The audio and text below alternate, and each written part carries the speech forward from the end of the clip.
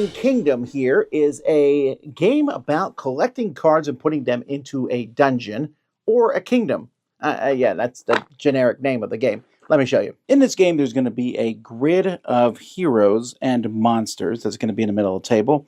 And on your turn, you'll take any card from that grid and put it in front of you in a row. You'll be adding them to the leftmost counter. Players are going to be taking these cards. If there is ever a completely empty row or column, at that point, you'll just go through the deck and you will fill the empty stuff back up with cards from the deck. So there'll be more heroes and or monsters out there. Another thing that you can do when you take a card is you can cut the cards in front of you. Now, I have to say that you're only allowed to have 7 in front of you. So if you can't do this action once you have 7 cards, then you have to discard everything. It's a terrible action. But if I take this yellow card, I can cut this here, here, or here. So let's say I cut it here.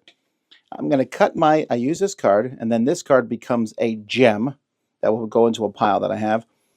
Then this is my kingdom, and this is my dungeon. The dungeon is important because when you're in a dungeon, you can use the special abilities of these characters that are there. You can even use a monster ability, but you have to spend an extra hero card to do that, and the monsters have stronger abilities. In your kingdom, you're trying to defeat a monster. This monster needs a yellow, orange, and red. Boom, I have those. Those are discarded, and now I'm going to get points for beating the monster. Any heroes you don't use to beat monsters go into your hand. On a future turn, you can spend cards from your hand to defeat monsters if the monster needs that type to defeat it. There's other special abilities in the game. You want to be able to use the princess ability. She can turn cards that have turned into gems in your dungeon into victory points, and you'll be keeping track of your victory points from this pile. And you're just going to keep going to go through the deck.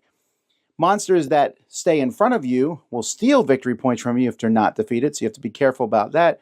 And at the end of the game, whoever has the most points is the winner. Man, this game has potential, but I have to give it a 5. I give it a 5 because it just is there's too much luck on which cards come out. You're like, ooh, I'm going to split. This is the perfect spot to split. Oh, those cards are not in the grid because other people took them. And there's just too many rules. I need to look at all the symbols on the cards. I need to do it. It's very esoteric because you're putting cards and then you're going to cut it. And this is the kingdom. And the monster in the kingdom does this. The monster over here uses their abilities. Heroes over here, you're putting into this spot. Or you can use a hero from your hand. And it's so confusing to everybody. I like it. And once I understood it, it got to the point where I was like, I think I like it. I mean, I said I like it. I like the idea of it. I think the cards are colorful and bright and interesting. It's just too much work to figure out how the game goes for a game that looks like it's supposed to play pretty smoothly. And at the end of the day, sometimes feels random. I would like to kill a monster. There's no monsters out there. Oh well. I'm just not that impressed by it. Dungeon and Kingdom.